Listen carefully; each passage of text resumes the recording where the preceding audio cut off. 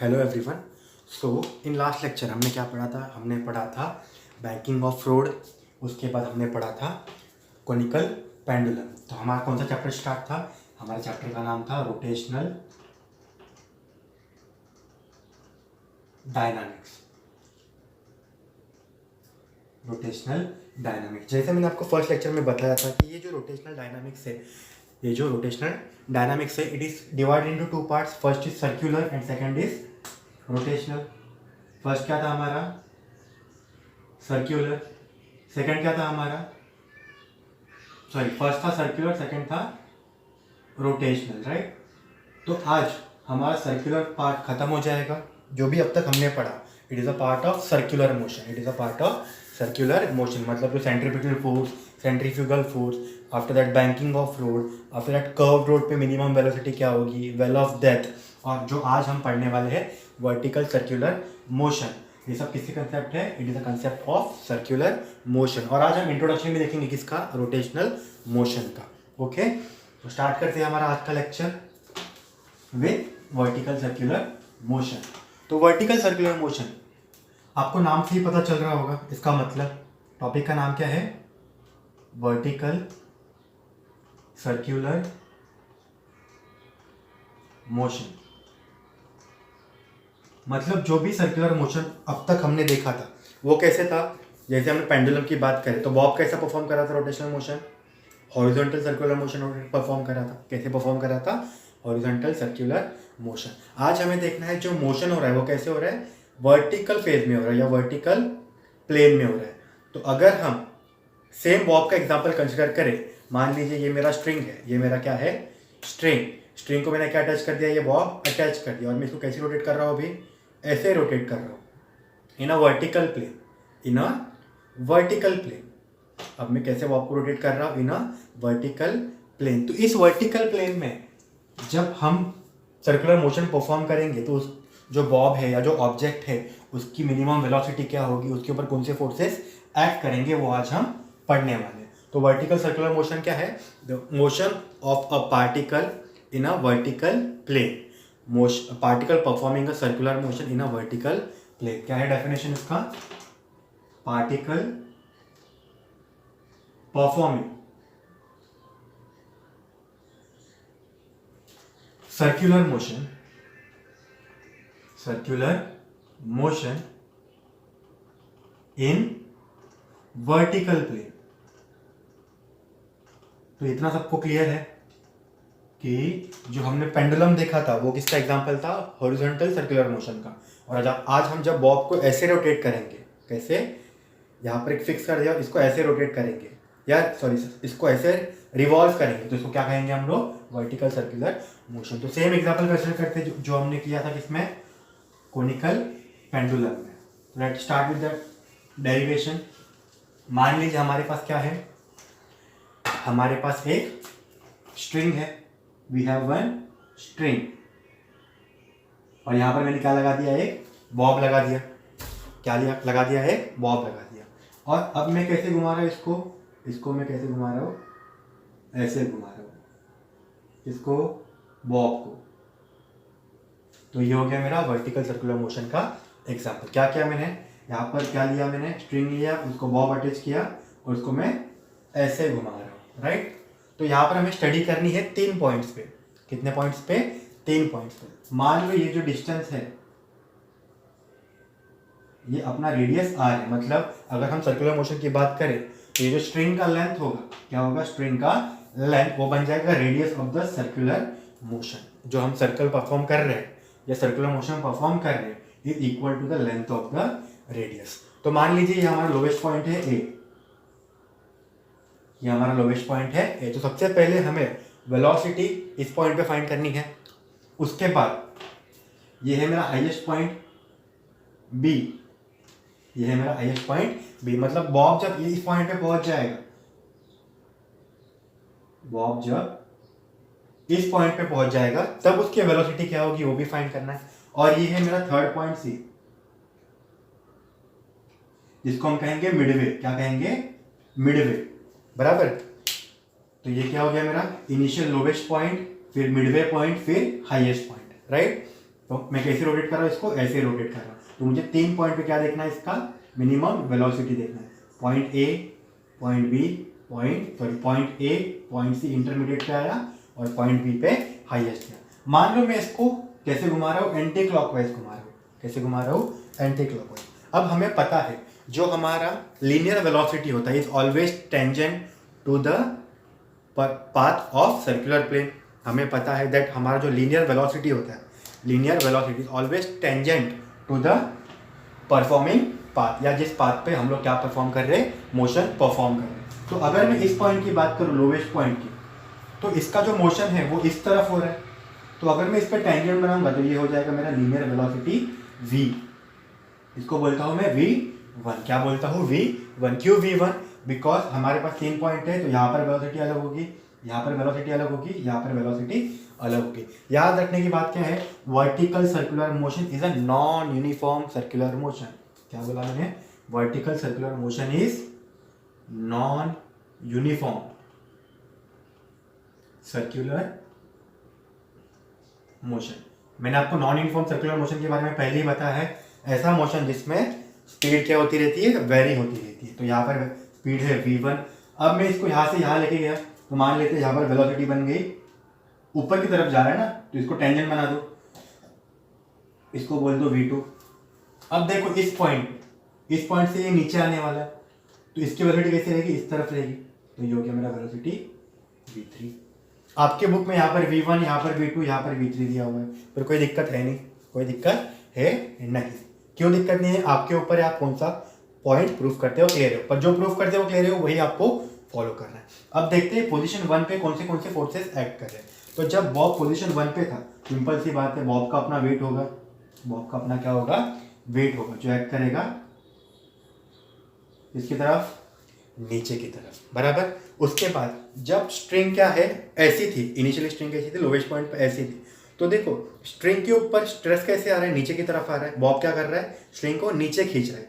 Bob क्या कर रहा है, स्ट्रिंग को नीचे खींच रहा है। तो अगर ये बॉब स्ट्रिंग को नीचे खींच रहा है, तो इसका रिस्टोरिंग फोर्स स्ट्रिंग का कहाँ रहेगा, ऊपर की तरफ। जैसे हमने कल कहाँ पढ़ा था, कोनिकल पेंडुलम में। अगर मेरा जो फोर्स है या जो स्ट्रेस है वो नीचे की तरफ है, तो स्ट्रिंग का रिस्टोरिंग फोर्स कहाँ होगा, ऊपर की तरफ। उसको हमने क्या बोला था, टेंशन। यहाँ पर मैं क्या बोलता हूँ, टेंशन आ रहा है ऊपर की तरफ, इसको मैं बोल दूंगा TA, बराबर। क्यों TA? क्योंकि बॉब क्या कर रहा है, स्ट्रिंग को नीचे खींच रहा है, बट स्ट्रिंग को नीचे जाना नहीं है। तो स्ट्रिंग क्या करेगा, अपना रिस्टोरिंग फोर्स लगाएगा, कहाँ पर, ऊपर की तरफ, ठीक है। तो यहाँ पर क्या हो गया, यहाँ पर हो गया मेरा टेंशन TA ऊपर की तरफ। अब जब ये यहाँ पर पहुंचा, सर्कुलर मोशन परफॉर्म कर रहा है, क्या परफॉर्म कर रहा है, ये सर्कुलर मोशन। अब सर्कुलर मोशन परफॉर्म कर रहा है, मतलब सेंट्रीफ्यूगल फोर्स आएगा, मतलब बॉब क्या करेगा, यहाँ से बाहर जाने की कोशिश करेगा।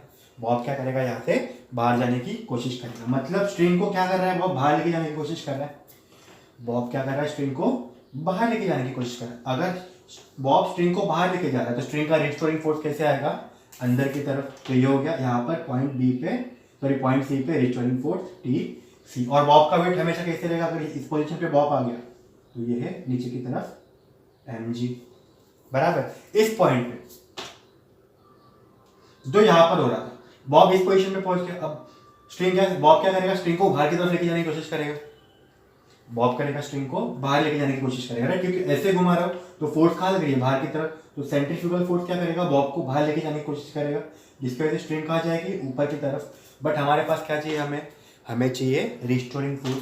तो यहाँ पर ये होगी इसकी रिस्टोरिंग फोर्स, सॉरी टेंशन और रिस्टोरिंग फोर्स बोल सकते हैं TB। तो रिस्टोरिंग फोर्स कैसे आया, समझा। इस पोजीशन पे क्या कर रहा था स्ट्रिंग, बॉब उसको नीचे खींचने की कोशिश कर रहा था, इसलिए रिस्टोरिंग फोर्स ऊपर की तरफ आया।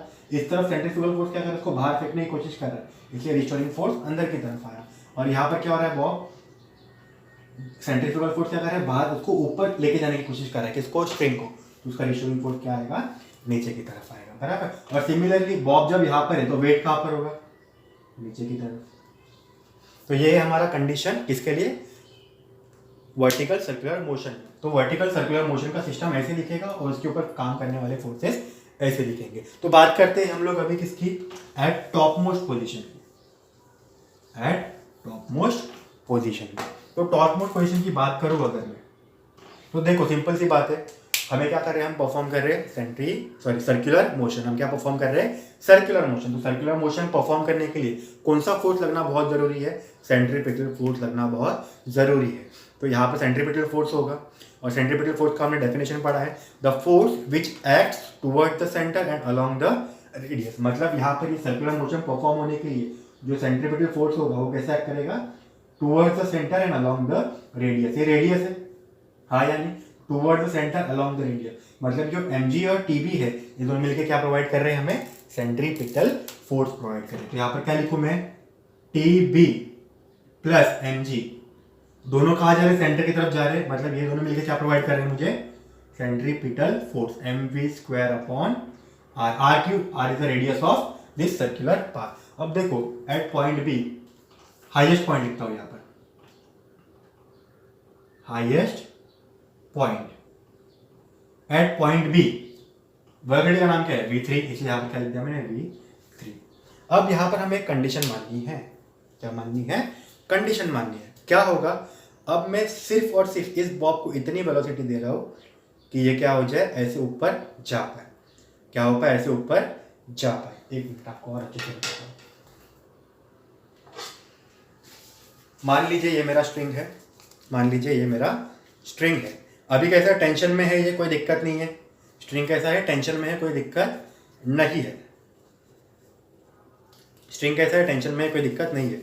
अब देखो जैसे ही मैं इसको ऐसे लेके जाऊंगा, सेंटर पे था, लोएस्ट पोजीशन पे था, टेंशन जो था वो कैसा है, टाइट है, स्ट्रिंग एकदम टाइट है। क्यों, क्योंकि बॉब क्या कर रहा है, उसको नीचे की तरफ खींच रहा है। मतलब इसमें टेंशन अच्छा है और इसमें कोई दिक्कत नहीं है। जब मैं इसको मिडवे पे लेके गया तो क्या हो रहा है, देखो ये क्या कहाँ आने की कोशिश कर रहा है, नीचे आने की कोशिश कर रहा है। कहाँ आने की कोशिश कर रहा है ये, जब मैं इसको कहाँ लेके जा रहा हूँ, मिडवे पे। मतलब अभी भी स्ट्रिंग टाइट ही है, और जब वो नीचे आ रहा है तो स्ट्रिंग का पोजीशन क्या था, टाइट ही था, ऐसे बराबर। देखो अच्छे से देखो, जब स्ट्रिंग का इधर था मिडवे पे तो स्ट्रिंग क्या था, टाइट था। जब मैं इसको छोड़ दूंगा तभी भी ये नीचे आएगा, और स्ट्रिंग कैसा है, टाइट ही है।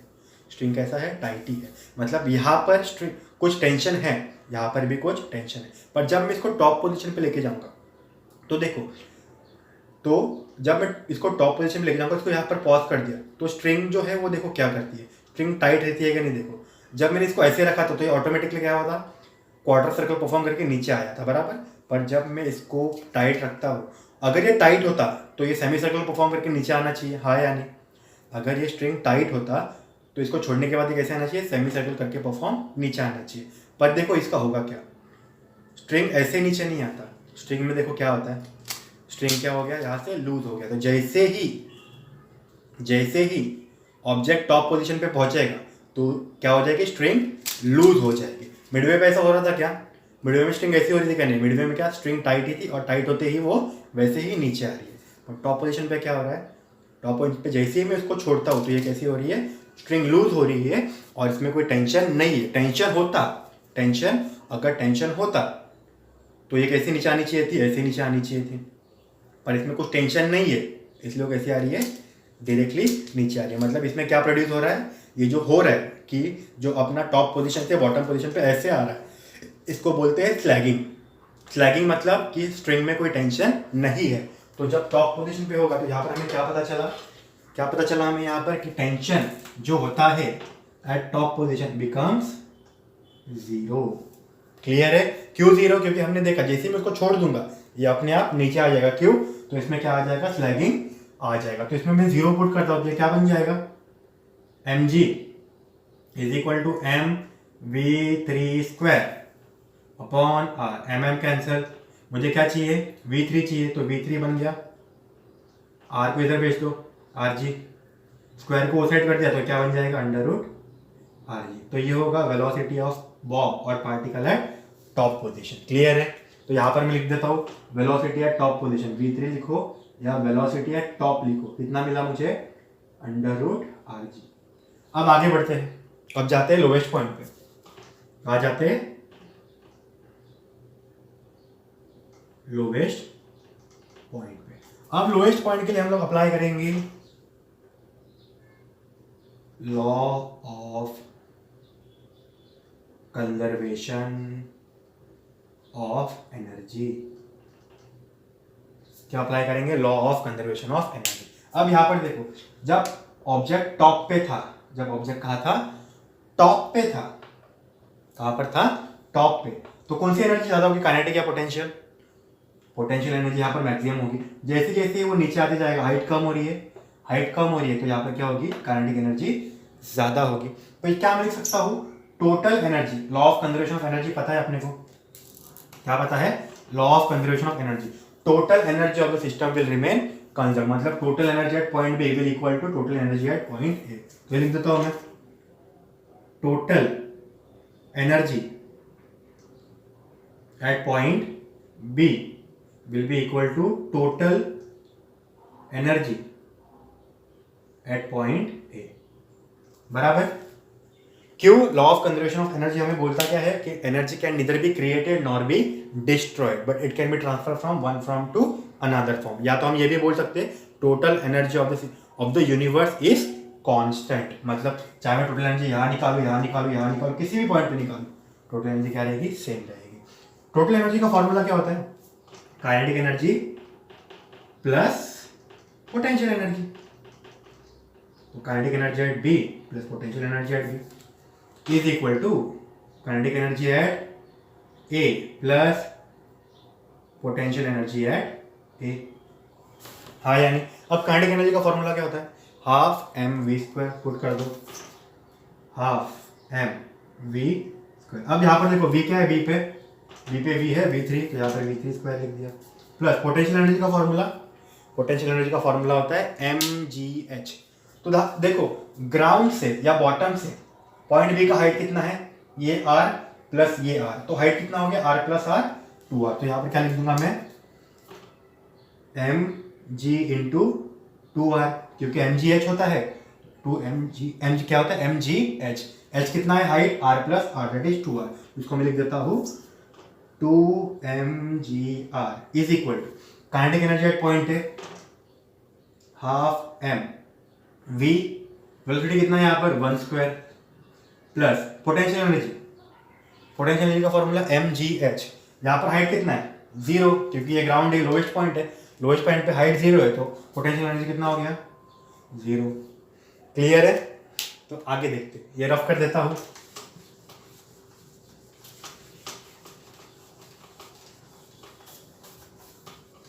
अब आगे क्या होगा देखते हैं, चलो।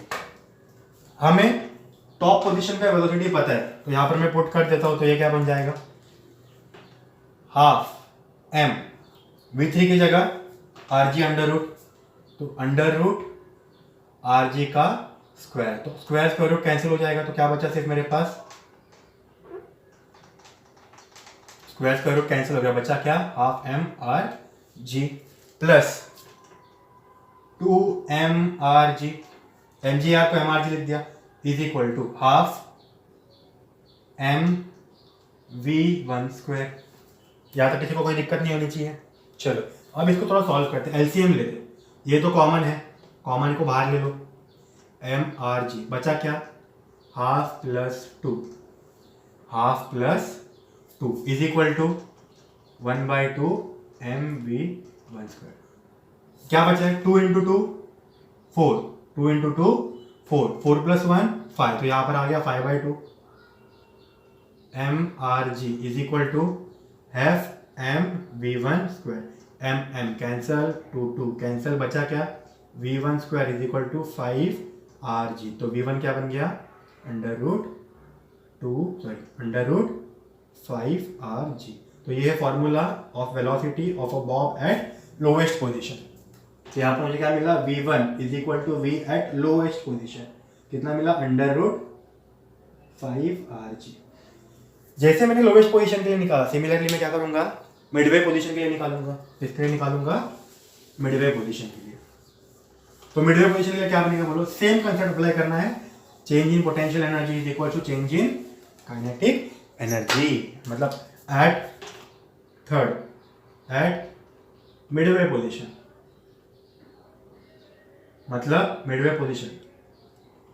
मतलब पॉइंट सी की बात कर रहे हैं हम लोग। यहाँ पर क्या अप्लाई करना है अपने को, law of conservation of energy. तो law of conservation of energy क्या बोलता है, टोटल एनर्जी एट पॉइंट, चलो इसको और इसको कंपेयर करते हैं, पहले हमने इसको कंपेयर किया था ना, आप किसी को भी कंपेयर कर सकते हो, BC को करो या AC को करो, आंसर सेम ही आएगा। मैं AC को करता हूँ, of A is equal to total energy of C। Total energy का formula kinetic energy plus potential energy, तो kinetic energy at A plus potential energy at A is equal to kinetic energy at C is plus potential energy at C, बराबर। अब kinetic energy का formula half m v, A पे velocity क्या है 1, तो v 1 square plus potential energy at A क्या हो जाएगा, पहले भी देखा था, हाइट 0 है, हाइट क्या है 0, तो ये हो गया 0 is equal to kinetic energy at C half m, वेलोसिटी कितना है यहाँ पर v2 प्लस पोटेंशियल एनर्जी क्या था mg। अभी हाइट देखो कितना है, C का हाइट कितना रहेगा, यहाँ से बॉटम से इतना रहेगा, कितना रहेगा इतना, तो ये हाइट कितना है r है, तो इसको लिख देता हूं मैं mg। क्लियर है यहाँ तक? चलो आगे बढ़ते हैं। अब सिमिलरली जैसे हमने किसमें किया था, सेकंड केस में किया था, थर्ड केस में भी वही करेंगे, थर्ड केस में भी वही करेंगे। तो क्या आएगा देखो आंसर अपना, हाफ था m, v1 का वैल्यू पता है हमें under root R G, under root 5rg, कितना है अंडर रूट 5rg। तो यहाँ पर देखो v1 का स्क्वायर है और यहाँ पर अंडर रूट है, तो स्क्वायर रूट कैंसिल हो जाएगा, बचा कैसे मेरे पास 5rg, मतलब v1 का स्क्वायर है ना, तो अगर मैं v1 का स्क्वायर करूंगा तो स्क्वायर रूट कैंसिल हो जाएगा और फिर बचेगा 5rg प्लस 0 हट गया, half m v2 square plus mrg, mgr को mrg लिख दिया, ठीक है। अब मैं क्या कर रहा हूँ, इस mrg को इस तरफ लेके आ रहा हूँ, इस mrg को इस तरफ लेके आ रहा हूँ, तो प्लस का क्या हो जाएगा माइनस, तो ये क्या हो गया 5/2 mrg minus mrg is equal to half mv2 square, बराबर। अब इसको अगर मैं कॉमन ले लूँ, क्या कॉमन निकल रहा है mrg, अंदर क्या बचा 5/2 minus 1 is equal to half mv2 square, 2 1 जा 2, 5 माइनस 2 3, तो ये यहाँ पर क्या बचा 3/2 mrg is equal to half mv2 square, mm get cancel, 2 get cancel, बचा क्या v2 square is equal to 3rg, square को वो साइड लेके गए, क्या बन गया मेरा अंडर रूट 3rg। तो टॉप पोजीशन पे होता है कितना under root rg, lowest position पे 5rg और मिडवे पोजीशन पे 3rg। तो ये फॉर्मूले याद रखने। तो this is the speed of a particle at different positions performing vertical circular motion. अब टोटल एनर्जी कैलकुलेट करते हैं, क्या कैलकुलेट करते हैं हम लोग, टोटल एनर्जी। अब टोटल एनर्जी किसी भी पॉइंट पे लो सेम ही आने वाला है, क्योंकि हमें पता है law of conservation of energy से total energy remains constant, total energy remains constant. तो मैं क्या करूंगा, total energy at point A निकालता हूँ, क्यों है, क्योंकि मुझे पता है टोटल एनर्जी का फॉर्मूला क्या होता है, kinetic energy plus potential energy, बराबर। यहाँ पर पोटेंशियल एनर्जी कितना है 0, इसलिए मैं कौन सा पॉइंट कंसीडर करता हूँ, point number A at lowest point. Total energy क्या रहेगा, total energy is equal to kinetic energy at A plus potential energy at A. Kinetic energy का formula half M V, velocity कितना है 1 का square plus potential energy कितना हो गया, height 0 है तो पोटेंशियल एनर्जी 0, तो ये बन गया total energy at A. v1 का वैल्यू कितना है मेरे पास, हाफ एम कितना है अंडर रूट 5rg, इसका क्या करना है मुझे, स्क्वायर रूट कैंसिल, बचा क्या 5/2 mrg।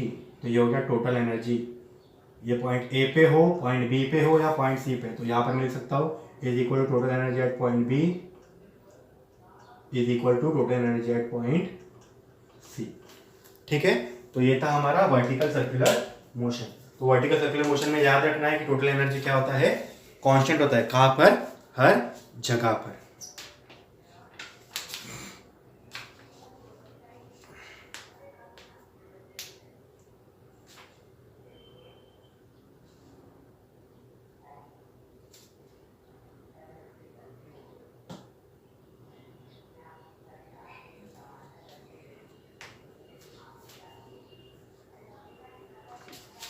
तो ये था हमारा एंड ऑफ सर्कुलर मोशन। क्या था ये हमारा एंड ऑफ सर्कुलर मोशन। अभी हम देखेंगे सेकंड टॉपिक या चैप्टर का second part, that is rotational motion. क्या देखेंगे हम लोग? Introduction to rotational motion. Circular motion I think सबको क्लियर है। तो सर्कुलर मोशन की ये इंपॉर्टेंट टॉपिक है जिसको आपको आने ही चाहिए।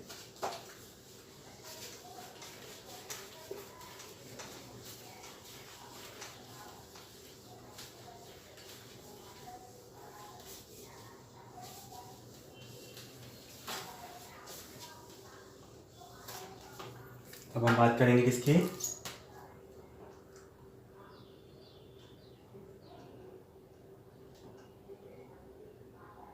रोटेशनल मोशन की। तो रोटेशनल मोशन क्या होता है? Whenever the object is revolving or rotating about its own axis, about its own axis, जब भी कोई ऑब्जेक्ट उसके एक्सिस के अलावा क्या करेगा? रोटेट करेगा, उसको क्या कहेंगे हम लोग? Rotational motion. एग्जाम्पल अपना फैन हो गया, अपना फैन हो गया, वो क्या होता है? अपने एक्सिस के अलावा रोटेट करता है।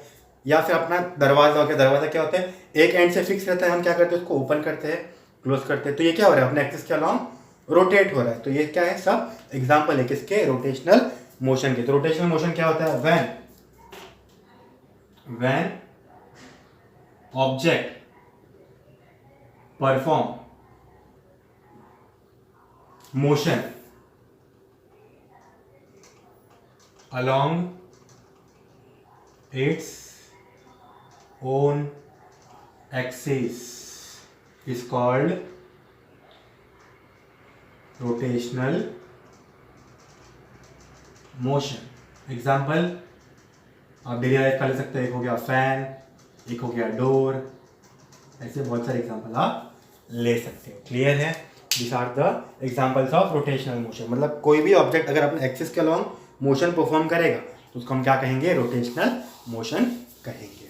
इस रोटेशनल मोशन में एक नया कंसेप्ट पढ़ने मिलता है हमें,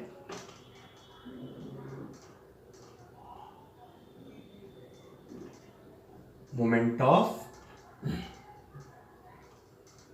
इनर्शिया। क्या पढ़ने मिलता है हमें? Moment of inertia. अब सबसे पहले मोमेंट ऑफ इनर्शिया तो ठीक है, सबसे पहले आपको पता होना चाहिए इनर्शिया क्या होता है। Inertia is nothing but resistance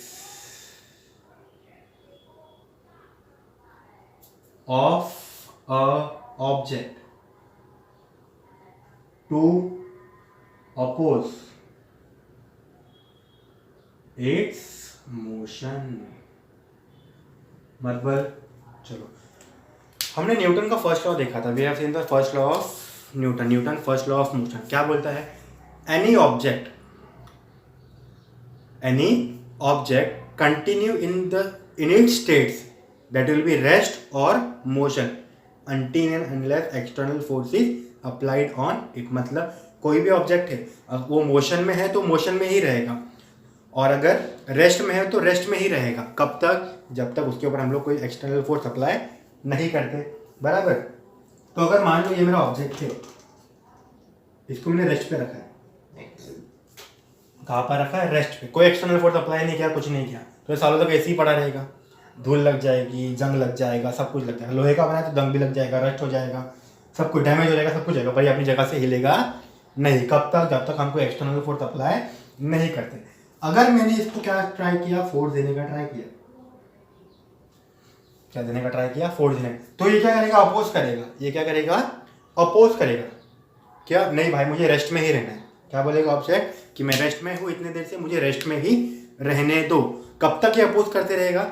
जब तक उसका रेजिस्टेंस जो है वो अपने फोर्स से कम है, तब तक ये ऑब्जेक्ट मोशन में नहीं आएगा। अगर मुझे इस ऑब्जेक्ट को मोशन में लाना है तो इसके रेजिस्टेंस से मुझे क्या करना पड़ेगा? ज़्यादा फोर्स अप्लाई करना पड़ेगा। तो ये जो क्या कर रहा है? रेजिस्टेंस लगा रहा है कि भाई मैं रेस्ट में था इतने साल, मुझे रेस्ट में ही रहने दो, उस पर कोई फोर्स ना लगा। क्या ट्राई कर रहा है? ये रेस्ट पे रहने की कोशिश कर रहा है फोर्स लगाने के बाद भी। तो ये क्या कर रहा है? रेजिस्ट कर रहा है किसको? मोशन को। बराबर? तो जो टेंडेंसी होती है ऑब्जेक्ट की टू रेजिस्ट द मोशन, अगर ये रेस्ट पे था, ये रेस्ट पे रहने की कोशिश करेगा। अगर हमने फोर्स लगाया तो ये कुछ देर के लिए क्या करेगा? उस फोर्स को अपोज करेगा, डायरेक्टली अपने ऊपर हावी होने नहीं देगा। क्या करेगा? फोर्स को थोड़ी देर के लिए अपोज करेगा। थोड़ी देर के लिए क्या करेगा कि मत, मुझे फोर्स मत लगा, मुझे आगे नहीं जाना, मुझे रेस्ट पे था तो रेस्ट पे ही रहने दो। तो इट इज अ टेंडेंसी। ये ऑब्जेक्ट की क्या होती है? टेंडेंसी होती है, या तो प्रॉपर्टी होती है कि वो जिस मोशन में था वो उसी मोशन में रहे। अगर रेस्ट में है तो रेस्ट में ही रहे, अगर मोशन में है तो मोशन में। इसलिए हम क्या करते हैं, मैक्सिमम टाइम देखते हैं, अगर हम बाइक चला रहे कांस्टेंट स्पीड से चल रहे हैं तो अपनी बॉडी ऐसी है, नॉर्मल है। कैसी हमारी बॉडी? नॉर्मल। जैसे हम एक्सेलरेट करते हैं तो हमारा ऑब्जेक्ट का आगे जाने की कोशिश कर रहा है, व्हीकल हमारा क्या कर रहा है? आगे जाने की कोशिश कर रहा है, पर अपना बॉडी कहाँ जाता है? पीछे जाता है। हमारा बॉडी आगे जाता है क्या? नहीं। अब तक हम कांस्टेंट स्पीड पे चल रहे थे, कांस्टेंट स्पीड पे क्या कर रहे थे हम लोग? चल रहे थे, तो अपनी बॉडी ऐसी थी। पर जैसे ही मैंने एक्सेलरेट किया, क्या किया मैंने? एक्सेलरेट किया, तो व्हीकल का मोशन कहाँ हो रहा है? आगे की तरफ, मतलब फोर्स आगे लग रही है। पर मेरी बॉडी क्या करी? उसको अपोज करने की कोशिश करी, इसलिए अपनी बॉडी कहाँ जाती है? पीछे जाती है। और and we experience a jerk. तो ये जो रजिस्ट किया ना हमने मोशन को, जिसकी वजह से हमारी बॉडी पीछे गई, क्योंकि अगर हम फोर्स आगे लगा रहे तो हमारी बॉडी भी आगे जानी चाहिए ना। अगर हम फोर्स आगे लगा रहे तो हमारी बॉडी कहाँ जानी चाहिए? आगे, क्योंकि हमें पता है ऑब्जेक्ट उसी मोशन में, उसी डायरेक्शन में मूव करता है जिस डायरेक्शन में फोर्स लगता है। पर यहाँ पर हो रहा क्या है? मैं फोर्स आगे की तरफ लगा रहा हूँ, पर बॉडी अब तक क्या थी? मेरी रेस्ट में थी, तो मेरी बॉडी को क्या मिलता है? जर्क मिलता है, और मेरी बॉडी पीछे जाती है। इसी को क्या बोलते हैं हम लोग? इनर्शिया बोलते हैं। क्या बोलते हैं हम लोग? इनर्शिया। ये इनर्शिया कब बोलते हैं? सिर्फ इनर्शिया अगर हम बोलेंगे तो ये बात हो जाती है लीनियर मोशन की। किसकी? लीनियर मोशन की, बराबर। मोमेंट ऑफ इनर्शिया जो कंसेप्ट है ये भी नहीं है, ये भी क्या है? सेम ही है। Resistance of an object to oppose the angular motion बोलेंगे इसको। क्या बोलेंगे? मोमेंट ऑफ इनर्शिया का डेफिनेशन क्या आएगा? Angular motion. अगर सिर्फ इनर्शिया की बात करो तो लीनियर मोशन आएगा। पर अगर कोई ऑब्जेक्ट को हम लोग रोटेट कर रहे हैं, क्या कर रहे हैं? रोटेट कर रहे हैं या रिवॉल्व कर रहे हैं, रोटेट कर रहे हैं या रिवॉल्व कर रहे हैं, तो उसका एंगुलर डिस्प्लेसमेंट है, एंगुलर वेलोसिटी है, और एंगुलर एक्सेलरेशन है, मतलब उसका क्या हो रहा है? एंगुलर मोशन हो रहा है।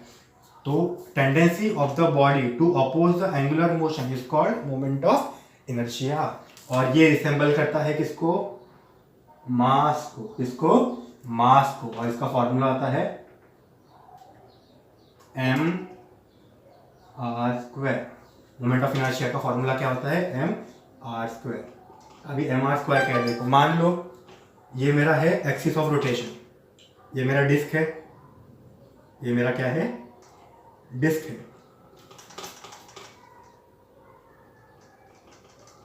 और ये है मेरा एक्सिस ऑफ रोटेशन, बराबर। और मैं इस पार्टिकल की बात कर रहा हूँ, इस पार्टिकल की बात कर रहा हूँ, तो इस ये तक मोशन में नहीं है।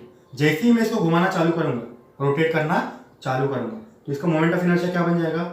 इसका मास, इस पार्टिकल का मास, और इसका डिस्टेंस कितना है उसका स्क्वायर। तो ये बन जाएगा moment of inertia m is equal to small m into R square. अगर ये पार्टिकल यहाँ होता, अगर ये पार्टिकल यहाँ होता, पार्टिकल का मास m और एक्सिस से कितनी दूरी पे है वो, यहाँ पर क्या बन जाता है? इसको r1 लेता हूँ, ये बन जाएगा, इसको i से डिनोट करते, sorry, i is equal to m into r1 square. मतलब वो ऑब्जेक्ट या वो पार्टिकल कितने दूरी पे है उसके ऊपर डिपेंड करेगा अपने मोमेंट। अगर मेरा पार्टिकल को एक्सिस पे ही है, तो अगर मेरा पार्टिकल क्या है? एक्सिस पे, मतलब एक्सिस के सेंटर पे है, तो डिस्टेंस कितना हो गया? r कितना हो गया? r हो गया 0। r कितना हो गया? 0 हो गया। तो मोमेंट ऑफ इनर्शिया कितना होगा? 0। मोमेंट ऑफ इनर्शिया कितना होगा? 0 होगा। तो अगर मेरा पार्टिकल एक्सिस के सेंटर पे है, अगर मेरा पार्टिकल एक्सिस के सेंटर पे है, तो उसका मोमेंट ऑफ इनर्शिया कितना रहता है? 0, क्योंकि डिस्टेंस कितना हो जाएगा? 0। डिस्टेंस कितना? डिस्टेंस क्या होता है? एक्सिस ऑफ रोटेशन से कितने दूरी पे है कौन? पार्टिकल, जिसका हम लोग मोमेंट ऑफ इनर्शिया निकाल रहे हैं। तो moment of inertia topic clear है सबको, और रोटेशनल मोशन क्या होता है वो भी क्लियर है। तो moment of inertia is very important for rotational motion. तो आज के लिए बस इतना ही। नेक्स्ट सेक्शन में हम लोग इसके आगे का टॉपिक कवर करेंगे। तो thank you for watching the video, and let's meet again in next lecture.